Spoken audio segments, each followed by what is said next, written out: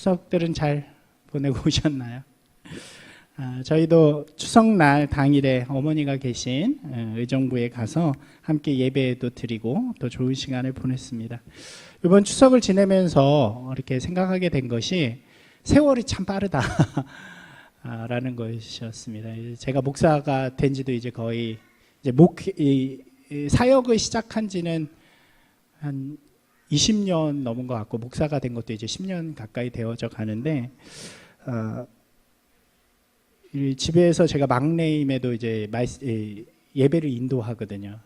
목사가 되고 나서부터 예배를 인도했는데 그 시간들이 참 빨리 지나고, 또 조카가 이제 내년이면 결혼을 한다 그래서 시간이 참 빠르다라는 생각을 하게 되었습니다. 그러면서 생각되는 것이, 과연 이렇게 나이는 많이 먹었는데 세월은 빨랐는데 그 정도의 성숙함을 가졌는가. 목사가 된 지도 이렇게 10년 가까이 되는데 그 목사로서의 성숙함을 가지고 있는가라는 생각도 좀 하게 되었습니다. 그런 것 같아요. 사람이 성숙하다는 것은 아마도 나만을 생각하고 나 중심적인 삶을 사는 사람이 이제 다른 사람을 바라보고 배려할 수 있는 그런 인격적인 성품을 가지게 되는 것을 아마 성숙하다라고 표현할 수 있을 것 같습니다. 제가 어린 시절에 철들었단 말을 처음 들었을 때가 있었어요. 이게 막내였고 저보다 2살 위에 형이 있었는데, 아실지 모르겠어요. 2살 위에 형이 있는 분들은 아마 이렇게 동생이 그 정도인 분들은 아실 텐데 무지하게 싸워요, 어린 시절부터. 그러다가 고등학교 올라가서 형이 고3 때에 제가 정확히 기억은 나지 않지만 무엇인가 양보했던 것 같아요. 무엇인가 양보해서 어머니가 저한테 처음으로 우리 막내가 철들었네 라고 하는 이야기를 고2일 때 처음 들어본 기억이 있습니다. 맨날 나만 생각하고 나만 위해서 하던 막내가 이제 형을 배려하기 시작해서 아마 그 이야기를 했던 것 같아요. 사람은 시간이 흐름에 따라서 그 자리에 머물러 있는 것이 아니라 조금씩 성장하고 성숙해져야 하는 것이죠.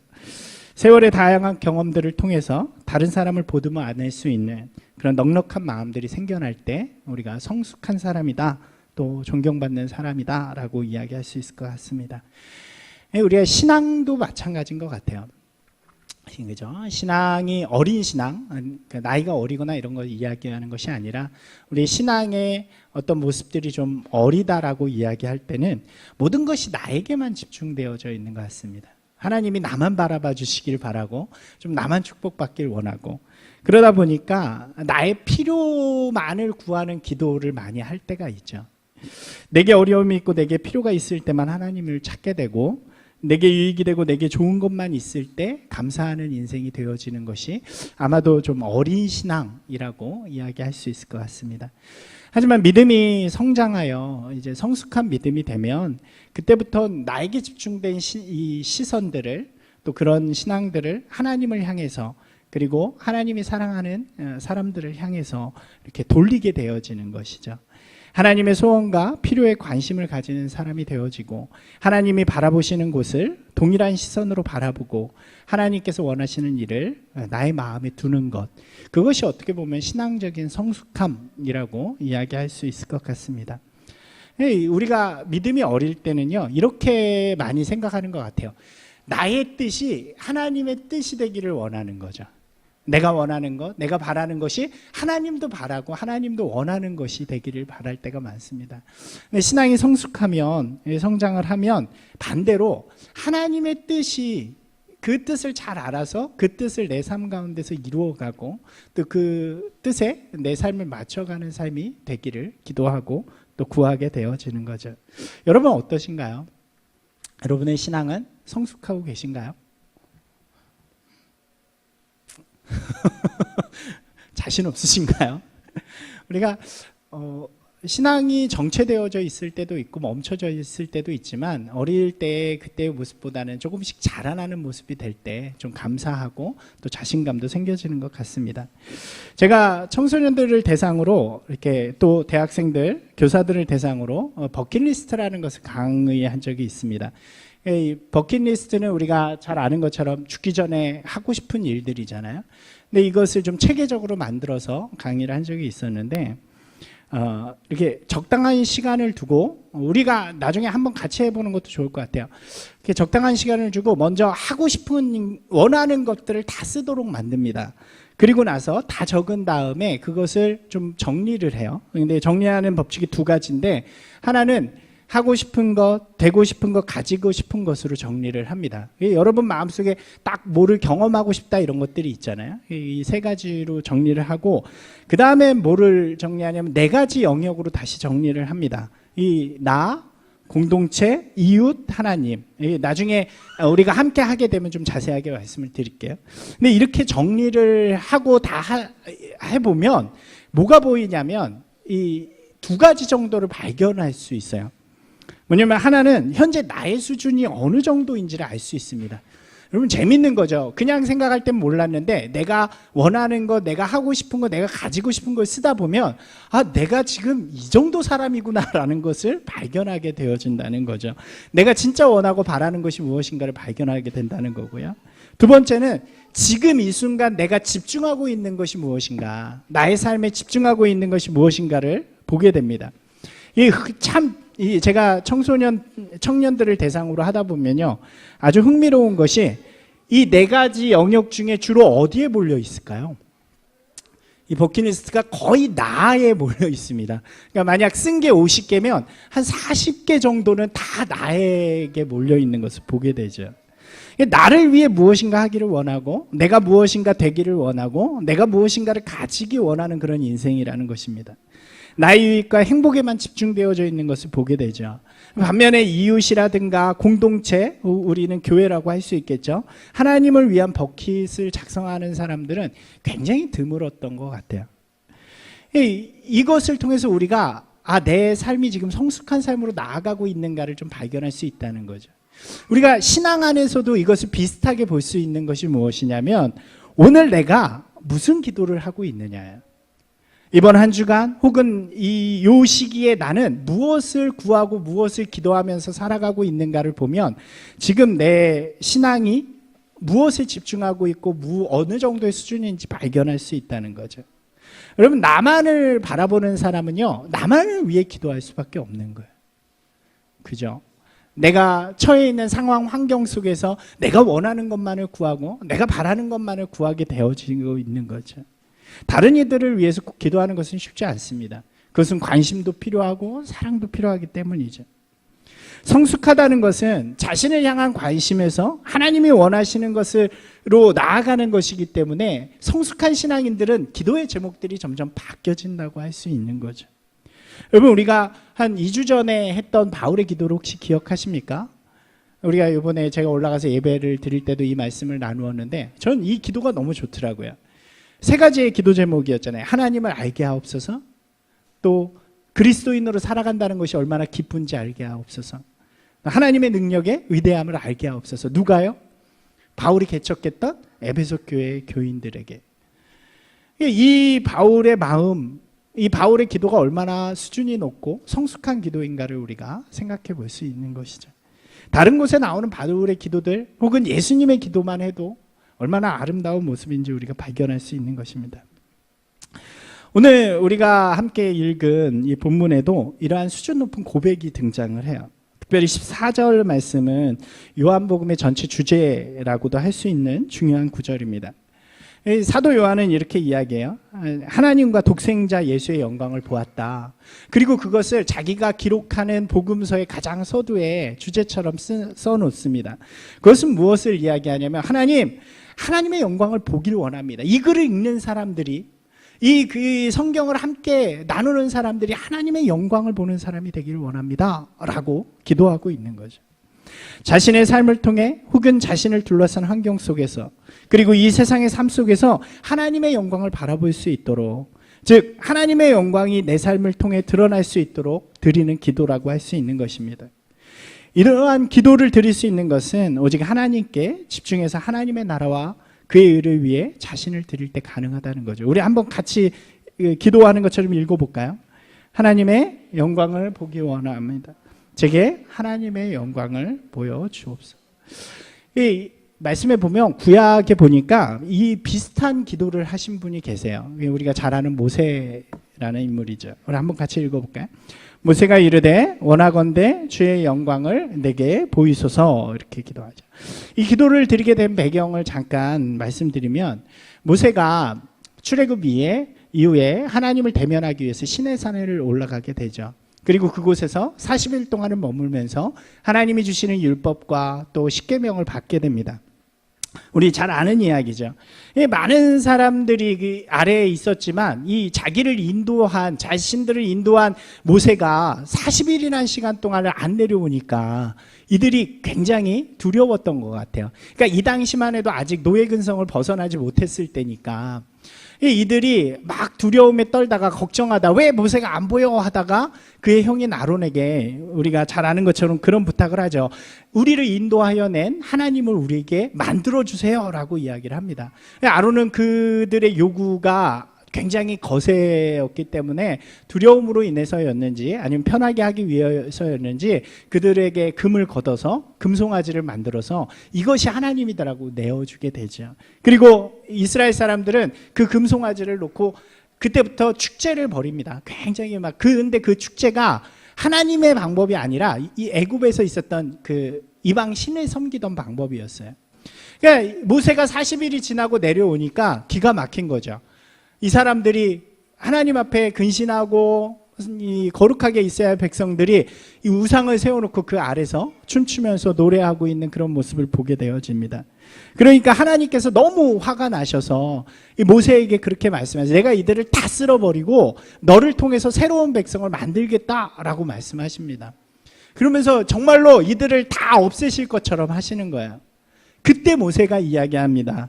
주여, 주의 영광을 제게 보여주시옵소서. 여러분, 이게 무슨 의미일까요? 다르게 이야기하면 이런 것입니다. 주여, 주님의 분노를 품지 마십시오. 주님의 얼굴을 이 백성에게 다시 비춰주시어서 이 사람들이 다시 하나님의 나라의 백성으로 살아갈 수 있도록 주님께서 인도하여 주십시오. 그래야 해서 하나님의 나라가 이 땅 가운데 임하도록 주님의 영광을 비춰주십시오 라고 기도하는 것입니다. 이것이 바로 주의 영광을 보여달라는 이 모세의 기도라는 거죠. 내가 있는 곳에서 나를 통해서 제가 하나님의 영광을 보기 원합니다. 이 이야기는 내가 있는 곳에서 하나님의 영광이 드러나는 그 모습을 보기를 원합니다 라고 이야기하는 것입니다. 하나님의 나라와 그의 영광이 이 세상에 드러나도록 기도하는 것이 바로 하나님의 영광을 바라보는 기도라는 거죠. 여러분, 이것이 얼마나 아름다운 기도입니까? 우리도요, 어떻게 보면 이 세상, 죄악된 세상 속에서 살아가잖아요. 하지만 우리가 있는 곳에서 하나님이 일하셔서 그곳이 하나님의 나라가 되고 하나님의 역사가 되고 모든 사람이 하나님의 살아계심을 볼 수 있도록 그 영광을 보는 그 자리에 우리가 있다면 그것이 얼마나 그리스도인으로 기쁜 일일까요? 여러분, 저는 우리가 이런 기도를 우리 입술로 하는 분들이 되시기 바랍니다. 한번 같이 해볼까요? 주님의 영광을 보기를 원합니다. 우리의 삶의 자리에서, 내 가정에서, 또 내가 있는 공동체 가운데서, 내가 살아가는 그 자리, 삶의 자리 속에서 하나님의 영광을 보면 얼마나 우리가 기쁘고 능력 있는 사람으로 살아갈 수 있을까요? 여러분, 요한복음은요, 그 주제를 담은 이야기예요. 예수 그리스도의 영광을 바라본 사람들과 그들이 받은 은혜와 사랑, 그리고 그것을 통해 드러난 하나님의 나라, 하나님의 영광을 이야기하고 있습니다. 우리 요한복음 1장 14절을 다시 한번 읽어볼까요?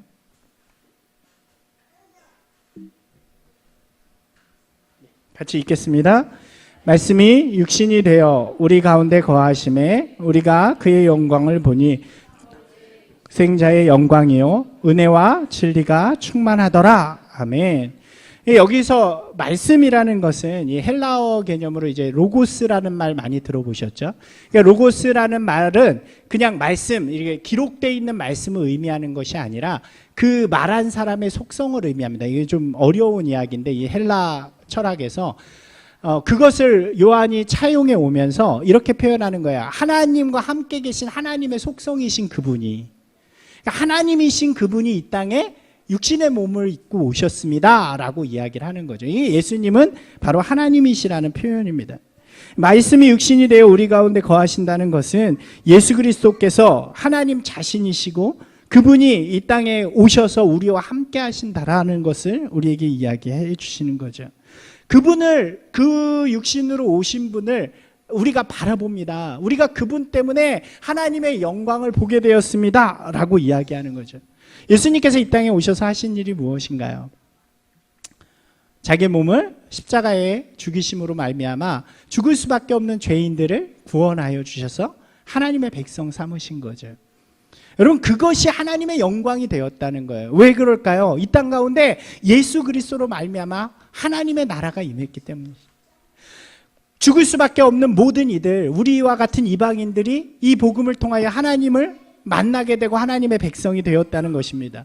그러니까 그것이 이 땅 가운데 하나님의 영광이 되어지는 거예요. 여러분 보세요. 무엇이 영광입니까? 우리가 살아가는 삶 속에서요, 믿지 않는 자들, 우리로 인해서 죽을 수밖에 없는 자들이 하나님께 돌아오는 그런 놀라운 역사를 경험하는 것. 그때 우리가 이야기할 수 있는 거, 하나님의 영광. 예수 그리스도께서 이 땅 가운데 그 일을 행하시고 그것으로 말미암아 우리 가운데 은혜와 진리가 충만하게 되었다라고 이야기하는 것입니다. 사랑하는 여러분, 이 땅을 사는 사람들이요, 예수 그리스도의 영광을 바라보는 이야기, 그리고 그로 말미암아 은혜를 풍성하게 누리고 참 진리를 알아가는 이야기가 바로 예수 그리스도를 믿는 우리 그리스도인의 이야기라고 할 수 있는 거죠. 여러분, 한번 우리가 생각해 보길 바라요. 우리가 이 땅 가운데 살아가는 이유가 무엇일까요? 요한복음에는요, 이 딱 두 가지로 이것을 우리에게 보여줘요. 사람이 세상을 살아가는 이유를 두 가지로 분명하게 나누어서 우리에게 보여줍니다. 하나는 자신의 영광을 바라보는 삶이라고 이야기하고요, 다른 하나는 예수 그리스도의 영광을 바라보는 삶이라고 이야기합니다. 이 요한복음에는 예수 그리스도의 영광을 바라보는 이야기들이 굉장히 많이 등장을 해요. 근데 반면에요, 그렇지 않고 사람의 영광을 바라보는 이야기가 또 등장을 합니다. 우리 아까 읽었던 12장 43절 같이 읽어볼까요? 같이 읽겠습니다. 그들이 사람의 영광을 하나님의 영광보다 사랑하였더라. 이게 무슨 이야기냐면, 여기서 그들이라고 표현된 사람들은 이런 사람들이에요. 대제사장, 제사장들, 서기관들, 바리새인들과 같은 당시의 주류를 이루던 사람들입니다. 예수님께서 이 땅에 오셔서 기적을 많이 행하세요. 그리고 하나님의 나라를 막 선포하십니다. 그러니까 예루살렘과 이 이스라엘에 있던 많은 이스라엘 사람들이 예수님을 막 따르기 시작해요. 우리가 성경에서 보는 것처럼 막 오병이어 하니까 몇천 명씩 와가지고 먹고, 그리고 예수님이 막 지나가는 곳마다 막 하고 죽은 자를 살리고 병자를 고치고, 그러니까 막 믿는 사람들이 늘어나는 때예요. 그때 이야기하는 거예요. 이 42절 말씀에 보니까 그때 관리들도 많이 믿었다. 여러분, 제사장인데도 불구하고 예수님을 믿는 거예요. 왜 믿어요? 기적이 일어나니까. 이 바리새인들인데도 예수님이 믿어져요. 왜요? 하나님의 말씀이 위대하고 능력이 있으니까. 예수 그리스도께서 전하는 말씀이요, 너무 능력이 있고 힘이 있으니까요, 반박도 못하고 그냥 다 믿는 거예요. 근데 문제는 믿는다는 그런 마음은 있지만 전혀 따르지 않고 그것을 숨깁니다. 하나님을 온전히 믿잖아요. 여기서 믿는다라는 의미는 우리가 말하는 진짜 마음으로 믿는다는 의미가 아니죠. 아, 그게 진짜인가? 나도 따라 볼까? 그런 마음이 생기지만 거기서 끝납니다. 왜요? 여기 뭐라고 이야기해요? 사람의 영광을 하나님의 영광보다 사랑하였기 때문에. 여러분, 왜 그랬을까요? 당시 주류인 유대교로부터 출교당할까 봐. 자기가 누리고 있는 이 안정적인 삶, 좀 좋은 삶, 그리고 세상적인 삶, 이것을 포기하게 될까 봐. 예수님이 분명한데도, 예수님의 기적이 위대한데도 아니야, 나는 그걸 따르지 않겠어 라고 하는 모습이 여기 등장한다는 거죠. 예수를 믿으면 손해볼 것 같기 때문에, 그래서 예수를 뒷전으로 미루어둔 채로 살아가는 것입니다. 이런 사람들에게는 하나님의 영광이 드러날 수 없는 것이죠. 반대로 요한복음에는요, 그런 예수 그리스도의 영광을 바라보면서 드러내면서 살아가는 사람들이 굉장히 많이 나옵니다. 저희가 요한복음을 이제 조금 자세히 보려고 그래요. 앞으로 오늘은 서론적인 좀 이야기들인데, 그 사람들에 대해서 오늘 말씀에서 어떻게 하면 하나님의 영광을 바라볼 수 있는 사람이 될 수 있는가를 우리에게 두 가지로 이야기를 해줘요. 먼저는 하나님의 영광을 볼 수 있는 사람은 믿는 사람들이라는 거죠. 여러분, 하나님의 영광은요, 이게 하나님의 영광을 보는 것은 믿는 사람들의 특권이 됩니다. 오늘 본문 14절의 말씀처럼 말씀이 육신이 되어 이 땅에 오심을 믿고 우리 가운데 거하심을 분명히 믿는 사람들에게 주시는 특권이 바로 주님의 영광을 보는 거라고. 예수 그리스도가 하나님의 아들이신 것을 믿는 것이죠. 그 예수님이 나 때문에 이 땅에 오신 것을 믿고 십자가에 돌아가시고 그를 통해서 우리가 구원받았다는 것을 믿는 것입니다. 오늘도 나와 함께 역사하시고 나를 인도하시는 그 하나님이 계시다는 것을 분명하게 믿고 고백하는 것입니다. 그 믿음이 우리 가운데 분명히 있을 때 영광을 보는 눈이 열린다는 거예요. 여러분 보세요. 요한복음을 우리가 살펴보면요, 믿을 수 없는 상황, 바랄 수 없는 환경 속에서 믿음을 가진 그런 사람들의 이야기로 가득 차 있습니다. 누가 그런가요? 제자들이 그렇죠. 가나안 잔치에서, 가나의 혼인 잔치에서 종들의 모습이 그랬었죠. 사마리아 여인의 믿음이 그랬고요. 왕의 신하의 믿음이 그랬고, 베데스다 연못에 있는 병자의 믿음이 그랬습니다. 나사로의 믿음, 이런 믿음의 이야기들이 계속 등장을 합니다. 이 공통점은 무엇일까요? 여러분요, 그 믿음이요, 기적을 일으켰다는 거예요. 그리고 그 기적을 통해서 그 자리에 하나님의 영광이 임하기 시작했다는 거예요. 요한복음 14장 이후에 보면 예수님께서 최후의 만찬을 제자들과 나누는 이야기가 등장합니다. 근데 여기가 참 흥미로워요. 예수님께서 만찬 후에 이렇게 말씀하세요. 나는 길이요 진리다. 내가 먼저 갈 테니까 너희들 내 뒤를 따라와라. 힘들 거지만 두려워하지 마라. 담대하게 내 길을 따라오면 그 길을 통해서 하나님의 나라가 열릴 것이다 라고 이야기를 하십니다. 그리고 하나님께로는 나를 통해서만 갈 수 있다는 것을 전하세요. 근데 그때 빌립, 제자 중에 빌립이 이렇게 물어요. 주여, 아버지를 우리에게 보여주십시오. 한번 같이 해볼까요? 주여, 아버지를 나에게 보여주십시오. 여러분, 이 요구가 우리의 요구 아닌가요? 보여달라는 거예요. 보여달라고. 그때 예수님께서 하시는 말씀이, 저는 말씀을 준비하다 참 은혜를 많이 받았어요. 이렇게 말씀하세요. 나는 아버지 안에 거하고 아버지는 내 안에 계신 것을 내가 믿지 않느냐. 내가 아버지 안에 있고 아버지께서 내 안에 계심을 믿으라 라고 말씀하세요. 여러분 보세요. 보여달라고 요구하는 이 제자의 요구에 믿으라고 말씀하세요. 사랑하는 여러분, 신앙은요, 보는 것에서 시작되어지는 것이 아니라 믿음에서 시작이 되어진다는 거예요. 여러분 놀라운 게요, 믿음을 가지면 보인다는 거예요. 많은 사람들이 내게 보이면 믿겠다고 이야기를 합니다. 기적을 베풀어 주시면 믿겠습니다. 나에게 하나님이 계신 것을 보여주시면 믿겠습니다 라고 이야기하지만 성경은 뭐라고 이야기하냐면 믿어라, 그리면 보일 것이다. 믿어라, 그러면 이루어질 것이다. 믿으라, 그러면 행할 것이다 라고 이야기를 하신다는 거예요. 히브리서 11장 1절 말씀 우리가 잘 알죠. 같이 읽겠습니다. 믿음은 바라는 것들의 실상이요 보이지 않는 것들의 증거. 보기를 원하는 것들을 보게 하시는 능력이 믿음 안에 있다는 거예요. 할 수 없는 것들을 하게 하시는 능력이 믿음 안에 있다는 거예요. 우리가 하나님의 영광을 볼 때 가장 중요한 것은 우리 가운데 그 하나님의 영광을 믿는 마음이라는 거죠. 그리고 예수님께서 제자들에게 뭐라고 말씀하시냐면 이렇게 말씀하세요. 나를 믿는 자는 내가 하는 일을 그도 할 것이요 또한 그보다 더 큰 일도 하리라.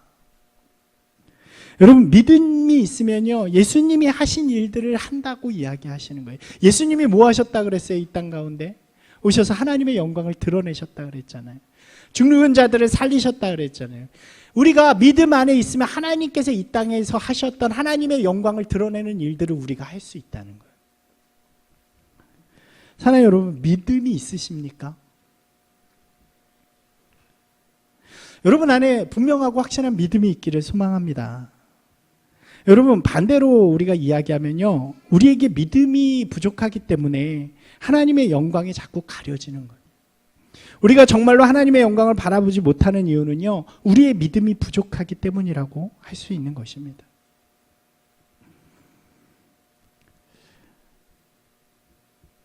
우리 삶에 분명하고 확신 있는 믿음으로 충만한 분들이 되시길 주님의 이름으로 축원합니다.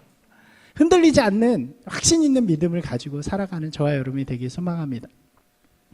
두 번째로요. 은혜와 진리가 충만한 사람이 하나님의 영광을 본다고 우리에게 오늘 말씀하십니다. 그 뒤에 이렇게 이야기하세요. 16절 말씀 읽어볼까요? 우리가 다 그의 충만한 데서 받으니 은혜 위에 은혜로라 라고 이야기하죠.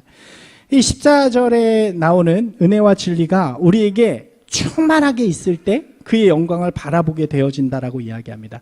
충만하다는 것은 가득 찼다는 것을 의미하죠. 우리 안에 주님의 은혜와 진리가 충만하게 있다는 것입니다. 이것이 우리가 주의 영광을 바라보는 조건이라고 이야기하는 거죠. 여러분, 은혜가 무엇인가요? 우리가 좀 용어를 정의해 보면 은혜는 마땅히 받을 수 없는 자가 받게 되는 것이 은혜죠. 우리가 성경에서 은혜라는 말을 쓰는 것은 우리가 하나님이 주시는 구원을 받을 만한 어떠한 이유가 없음에도 불구하고, 어떠한 자격이 없음에도 불구하고 하나님께서 우리를 사랑하셔서 거저 그 은혜를 주셨기 때문에 우리가 은혜 받은 자라고 이야기하는 것입니다. 여러분, 이것을 깨닫는 게 중요하다. 이게 우리 가운데 풍성한 게 중요하다는 거예요. 하나님의 은혜가 깊이 체험되면요, 인생의 변화가 시작이 되어집니다. 여러분, 우리가요, 제가 보면 우리 신앙의 모습이 왜 변하지 않을까? 우리가 교회를 다녀도 왜 변하지 않을까라고 생각을 해보면 우리가 대가성 신앙을 갖기 때문이 아닌가 생각이 돼요. 그죠? 내가 이만큼 교회를 다녀주니까, 내가 이렇게 믿음을 가져주니까, 내가 하나님을 믿어주니까 하나님은 우리에게 이런 걸 주셔야지라고 생각하고 다니면요, 우리 가운데 아무런 역사가 일어나지 못합니다. 우리가 하나님 앞에 예배 드리는 이유가 뭔가요? 우리가 하나님 앞에 순종하며 헌신하며 살아가는 이유가 뭔가요? 하나님이 우리에게 은혜를 주셨기 때문이죠. 여러분, 그것을 분명하게 깨닫고 우리 안에 그것이 충만할 때 우리의 신앙의 방향이 변하기 시작한다는 거예요. 여러분, 우리나라의 가장 첫 번째로 부흥운동이 일어났던 때를 기억하십니까? 1907년에 평양 대부흥운동이라고 이야기를 하는데요. 우리가 감리교 역사에서 보면 그거보다 좀 전에 1904년에 무슨 일이 있었냐면 하디 선교사라는 분이 있었어요. 이분이 원산에서 선교 활동을 하시던 분인데 오셔가지고 굉장히 실패를 하셨어요. 그러니까 실망하셨어요. 뭘 열심히 해. 우리 그럴 때 있잖아요. 막 열심히 했는데 안 돼. 전도해서 데리고 왔는데 변하지도 않고 그지 같고 막 그러니까 이분 마음에 무슨 생각이 들었냐면, 아, 이 미개한, 죄송합니다, 우리 선조들인데 막 그런 마음이, 이분이 고백하시는 거예요. 그래서 하기도 싫고 게으르게 그렇게 살아갔다는 거예요. 그리고 이제 돌아갈 날만 기다리면서 나는 여기서 못하겠어 라고 하는데, 어느 날 홀로 하나님 앞에 나와서 기도하는 순간에 이분이 은혜를 체험하신 거예요. 하나님이 강권하시는 은혜가 이 마음 가운데 가득히 임하니까 이분이 회개하기 시작하시는 거예요. 아, 내가 이렇게 헌신하는 게 열매를 위해서도 아니고, 내가 뭔가 잘난 척을 하기 위해서도 아니고, 성공을 위해서도 아닌데, 하나님이 나에게 주신 은혜가 너무 감사해서인데 내가 왜 이랬을까? 이래서 이분이 그 자리에서 회개를 하면서 사람들을 찾아다니면서 용서를 구하기 시작하십니다. 제가 죄송합니다라고 사람들 앞에서 공개적으로 사과를 하셨어요. 회개를 하셨습니다.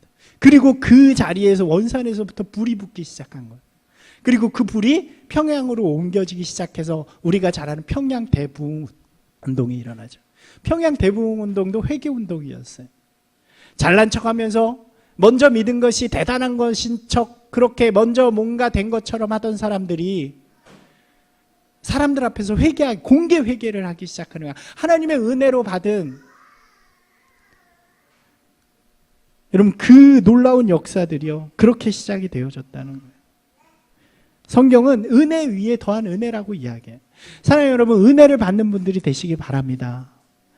너무 은혜가 충만한 분들이 되시기 바랍니다. 주님만 생각하면 감사하고, 주님의 은혜만 생각하면 내 가슴이 뛰고, 우리가 그런 믿음의 모습이 되어질 때 우리의 삶이 달라진다는 거예요. 그러면 우리의 삶을 통하여 하나님의 영광이 드러나게 되어지는 거죠. 여러분, 진리는 무엇입니까? 진리는 하나님의 말씀을 의미하죠. 오직 하나님의 말씀만이 우리의 진리요 기준이 되어지는 것입니다. 하나님의 말씀이 우리의 삶에 분명한 기준이 되어서 우리가 그 말씀을 실제로 체험하게 되면 우리는 하나님의 영광을 바라보는 사람이 되어지는 거죠. 여러분, 우리가 하나님의 영광을 이 땅 가운데 드러내는 방법은 너무나도 간단해요. 그것은 무엇입니까? 우리 안에 충만한 진리로 살아가는 것이에요. 아는 것에서 그치는 것이 아니라, 여러분 우리 다 알잖아요. 하나님의 뜻은 사랑일까요? 미움일까요? 모르세요? 여러분 우리 가끔 가다 보면 제가 우리 그리스도인이 참 이상해 보일 때가 있어요. 왜 그러냐면 하나님의 뜻을 자꾸 구합니다. 근데 너무나도 뻔한 뜻을 구해요. 하나님의 뜻이 용서일까요? 미움일까요? 하나님의 뜻이 나눔일까요? 나만 갖는 걸까요? 여러분 이건 너무나도 간단한 이야기잖아요. 근데 그것이 왜 우리 가운데 지켜지지 않아요? 충만하게 우리 가운데 없기 때문에. 내가 선별적으로 하나님의 뜻을 나의 유익을 위해서 가져다 쓰기 때문이 아닐까요? 여기 충만하다는 이야기는요, 하나님의 말씀이 우리 가운데 쌓여져서 그것이 나를 이끌어가는 기준이 되어지는 것을 의미하는 것입니다. 사랑하는 여러분, 하나님의 말씀을 잘 알고 우리가 그 말씀대로 순종하며 살아갈 때요, 우리의 삶에 하나님의 영광이 드러나는 것입니다. 우리 말씀은 워낙 강조를 많이 하니까 여러분 더 강조해도 될 것 같습니다. 두 가지, 요한복음에는 은혜와 진리의 풍성한 체험을 통해서 하나님의 나라와 그의 영광을 바라보며 살아가는 기적의 사람들의 이야기로 가득합니다. 우리가 앞으로 좀 이야기들 조금 자세하게 에피소드별로 좀 나눠보도록 할게요. 마지막 이야기만 합니다. 마지막 21장에서요, 베드로에게 부활하신 예수님께서 나타나셔서 뭐라고 말씀하시냐면, 베드로야, 너는 이제 나를 따르라. 내가 추구하던 인간적인 영광이 아니라 하나님 나라와 그의 영광을 바라보는 자가 되라고 말씀하십니다. 그러면서 끝나요. 하나님의 사람들, 그리스도인은 하나님의 영광을 보는 사람들입니다. 그리고 하나님의 영광을 보는 사람들의 이야기가 쭉 나오고, 하나님의 영광을 관심 없는 사람들이 나오고요. 그러면서 마지막 이야기는 우리 하나님의 영광을 위해 나를 따르는 사람이 되자고 이야기하는 거죠. 사랑하는 여러분, 이 말씀은 오늘 우리에게 동일하게 해주시는 말씀인 줄로 믿습니다. 우리가 신앙을 가져도요, 세상의 영광을 바라보는 사람이 될 수 있어요. 나만의 영광을 바라보는 사람이 될 수 있습니다. 그러나 그런 사람들에게 하나님의 영광은, 하나님의 뜻은 보이지 않는 것이죠. 사랑하는 여러분, 오늘 분명하게 결정하는 분들이 되시기를 바랍니다. 하나님의 영광을 바라보는 삶을 살 것이냐, 아니면 나의 영광만을 바라보면서 살아가는 사람이 될 것인가. 하나님의 영광을 바라보기로 결정했다면 반석과 같이 흔들리지 않는 온전한 믿음을 달라고 그렇게 기도하고, 또 우리 가운데 풍성하신 은혜와 진리가 우리 가운데 충만하게 채워질 수 있도록 그렇게 기도하는 분들이 되시길 바랍니다. 그래서 그것을 통해서, 나의 삶을 통해서 하나님의 영광이 막 드러나는 그런 저와 여러분이 되기를 주님의 이름으로 축원합니다.